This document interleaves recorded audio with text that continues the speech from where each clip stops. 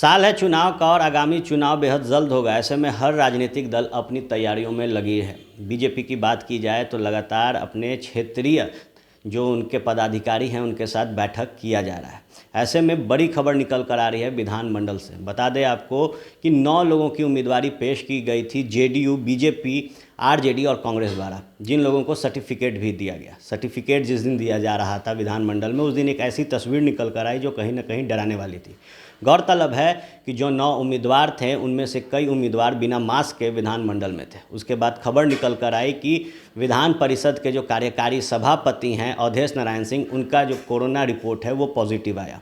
उनके घर के कई और लोग कोरोना के चेन में पकड़े गए, जिसके बाद जितने भी लोग उस दिन विधानमंडल पहुंचे थे हर किसी का कोरोना सैंपल लिया जा रहा था। और इससे मुख्यमंत्री नीतीश कुमार भी अछूता नहीं थे, उनका भी कोरोना सैंपल लिया गया था, जिसके बाद उनका कोरोना रिपोर्ट जो है वो निगेटिव आया था। बहरहाल बड़ी खबर ये है कि गुलाम गौस जो कि जेडीयू कोटे से विधान पार्षद बने हैं, उनको भी कोरोना हो गया है। बीते दिन उनका कोरोना सैंपल लिया गया था, जिसके बाद उनकी रिपोर्ट पॉजिटिव आई है। जिस तरीके से तस्वीरें विधानमंडल से निकल कर आई थी, जिस दिन 9 कैंडिडेट को सर्टिफिकेट दिया जा रहा था, उस दिन बीजेपी के जो 2 एमएलसी थे वो दोनों ने भी मास्क नहीं पहना था। जेडीयू के एमएलसी ने भी मास्क नहीं पहना था। और जिस तरीके से उस दिन सोशल डिस्टेंसिंग का धजिया उड़ा था वो डराने वाला था। बहरहाल लगातार प्रधानमंत्री नरेंद्र मोदी इस बात की जिक्र कर रहे थे जब उन्होंने जनता को संबोधित किया था अनलॉक 2.0 में, कि मास्क लोग पहन रहे हैं लेकिन दिखावे में पहन रहे हैं, मास्क को नाक के नीचे रखा जा रहा है।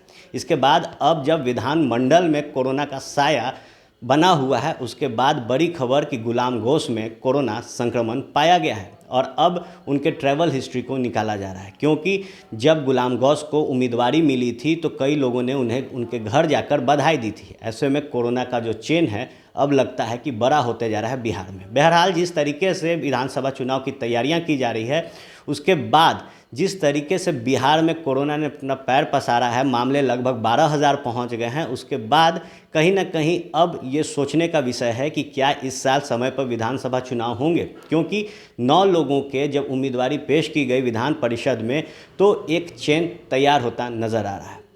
अगर आप बात कर ले पटना के सबसे बड़े अस्पताल की, तो उसको भी कोरोना ने अपने चपेट में ले रखा है, क्योंकि आईजीआईएमएस के डायरेक्टर एनआर विश्वास में भी कोरोना संक्रमण पाया गया है और कहीं ना कहीं जो अधीक्षक हैं आईजीआईएमएस के वो भी क्वारंटाइन है। ऐसे में जब अस्पताल सुरक्षित नहीं है, विधानमंडल में जब 9 लोगों के उम्मीदवारी पेश हुई और उन लोगों को सर्टिफिकेट दिया गया, उसके बाद ये चेन विधानमंडल में पहुंचा। तो ऐसे में जब 243 सीटों पर विधानसभा के चुनाव होंगे तो क्या हालात अच्छे रहेंगे, ये सोचने का विषय है। बहरहाल फर्स्ट बिहार झारखंड आप तक सबसे बड़ी खबर लेकर आ रहा था कि गुलाम गौस जो कि विधान पार्षद बने हैं जेडीयू कोटे से, उनमें कोरोना का संक्रमण पाया गया है। तमाम छोटे बड़े खबरों के लिए बने रहे फर्स्ट बिहार झारखंड के साथ। धन्यवाद।